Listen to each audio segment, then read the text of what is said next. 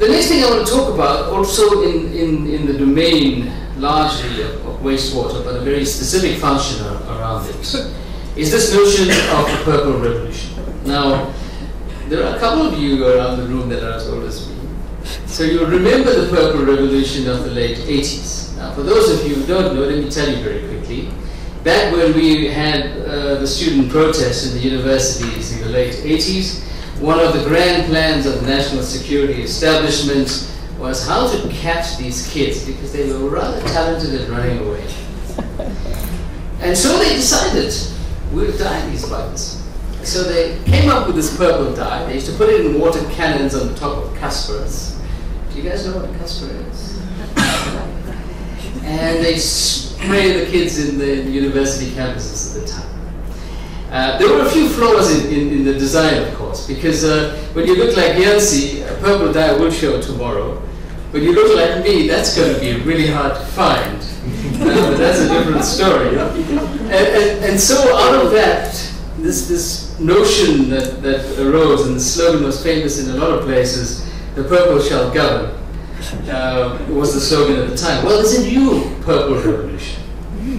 The new purple revolution, I hope, is just as effective. The new purple revolution is the purple pipe revolution.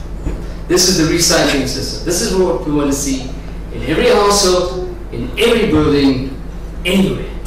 That you will have your normal reticulation system, and alongside your normal reticulation system, you have a purple pipe system that organizes for you to recycle up to perhaps even more than 80% of the water in your household, in every building. And this is where we want to go to, and this is going to be remarkable.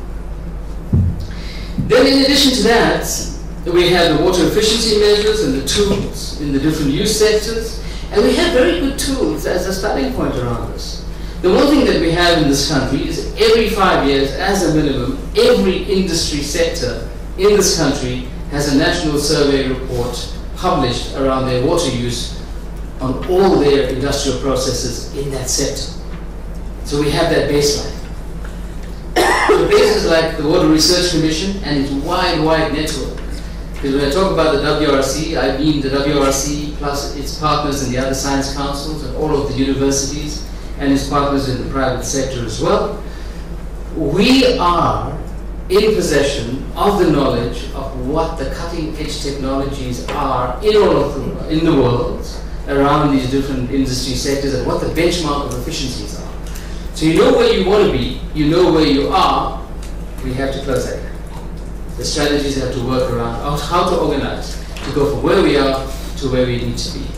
Sometimes using what is best available in the world elsewhere, sometimes knowing that we have the best inside this country, and using what we have. One example is the water administration system invented right here in South Africa, which is an irrigation management system, which is acclaimed as one of the best systems in the world. So we have the ability to do that.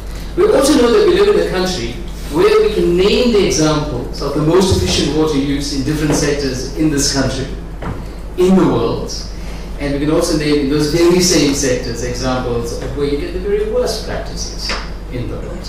So we have at our fingertips the means to fundamentally change the way we manage water and therefore our water security. Now the issue of non-revenue water is a painful issue because we know that we're sitting in this country and we have done the most comprehensive review exercise of this of any country in the world. We managed to do 129 municipalities in the non-revenue analysis. And that actually translates to 70% of the water use in the country, so it included all of the big players. And the results were difficult. The results said that we are sitting at an average of almost 37% non-revenue water in the country. It doesn't help us that it's the world average. We don't want to be the world average. We want to be weight funny. We want to be in front of the water. This is unacceptable. It really is. Especially when you understand that the world average, which is about the same, includes 2/3 of the world's countries who are classified as either developing or underdeveloped. is not a group of people that we want to be. We have an ability to be a much better than that.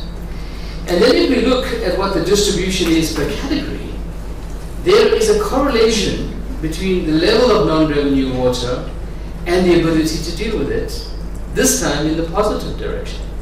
So it's not the chaps in the small towns and cities that are the big culprits. It's the chaps in the big cities and these metros that are the big culprits. We should have the best ability to do it.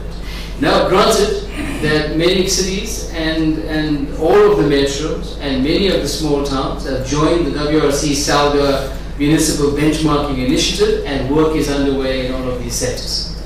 And together with all of that, we are going to be able to bring these numbers down. Just remember, out of that 36%, 25% of that is actual leaks inside the system. It's completely lost.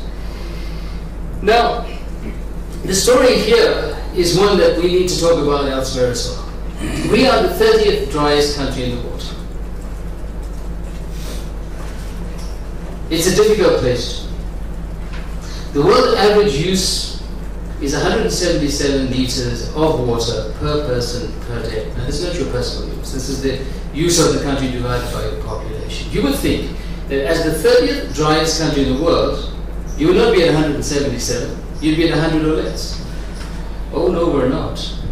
We're at 235 liters per person per day.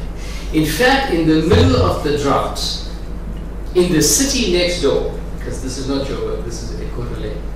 In the city next door, in the middle of the drought, people used more water than they would normally because they were stockpiling.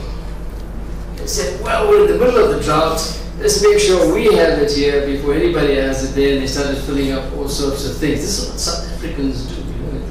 They start packing up on the tuna in your cabinet. No, we can't have that mentality because it has a huge impact, negative impact on the system. It hurts the system in a very fundamental way. You know, we're currently in water restrictions in this city, in the city next door, in the city a little bit up north. And all of us are driving past people who think that this is a theoretical notion. We have to fundamentally change our